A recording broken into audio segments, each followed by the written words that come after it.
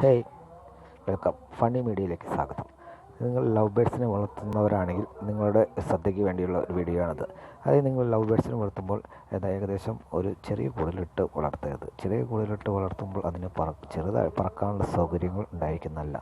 പിന്നെ ഇത്തിരി വലിയ കൂടാണെങ്കിൽ ലവ് ബേഡ്സിന് പറക്കുവാനും അതിൽ രണ്ട് കൊമ്പുകളൊക്കെ വെച്ച് കൊടുക്കുകയാണെങ്കിൽ അതിൽ കൊമ്പിൽ കൂടെ അങ്ങോട്ടും ഇങ്ങോട്ടും മാറി നടക്കുവാനും പറക്കുവാനൊക്കെ അതിന് സാധിക്കുന്നതാണ്.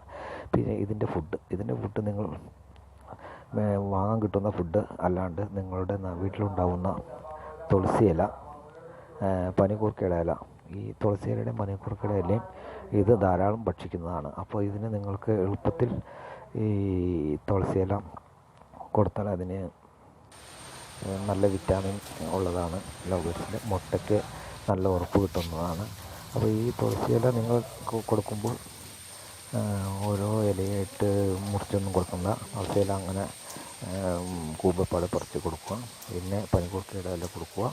ഇതൊക്കെ ഇതിൻ്റെ നല്ല ഫുഡുകളാണ്. പിന്നെ നമുക്ക് ലവ് ബേഡ്സിനെ വിൽക്കുന്ന കടകളിൽ മേടിക്കാൻ കിട്ടും ഇതിൻ്റെ തീറ്റകൾ. കാൽസ്യത്തിന് പറ്റിയ തീറ്റകളൊക്കെ ലവ് ബേഡ്സിന് കൊടുക്കേണ്ടതാണ്. എപ്പോഴും ലവ് ബേഡ്സിൻ്റെ കൂട് ഒത്തിരി വലുതായിരിക്കണം. ചെറിയ കൂടിൽ ലവ് ബേഡ്സിനെ വളർത്തരുത്. അത് അതിന് പറന്നു നടക്കാൻ ബുദ്ധിമുട്ടാണ്. അതിനെ അങ്ങനെ വളർത്തുന്നതിന് നല്ലത് ഇതുപോലെ വലിയൊരു കൂട് പണിയുക. വലിയ കൂടിൽ നമുക്ക് ഇഷ്ടം പോലെ ലവ് ബേഡ്സിനെ വളർത്താവുന്നതാണ്.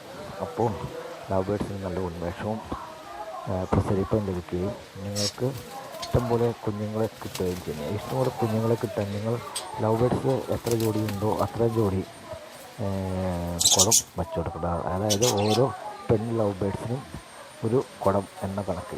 കുളത്തിന് എണ്ണം കുറയരുത്. എണ്ണം കുറഞ്ഞാൽ ഇത് മുട്ടയിടുമ്പോൾ വേറെ കിളി മുട്ടയിടാൻ കുളമില്ലെങ്കിൽ ഈ കുളത്തിലുള്ള മുട്ട വേറെ കിളിയിട്ട മുട്ട എടുത്ത് കളഞ്ഞതിന് ശേഷം അത് കയറി അതിൻ്റെ മുട്ടയിടും. അപ്പോൾ നിങ്ങൾക്ക് കുഞ്ഞൊന്നും ലഭിക്കുകയില്ല.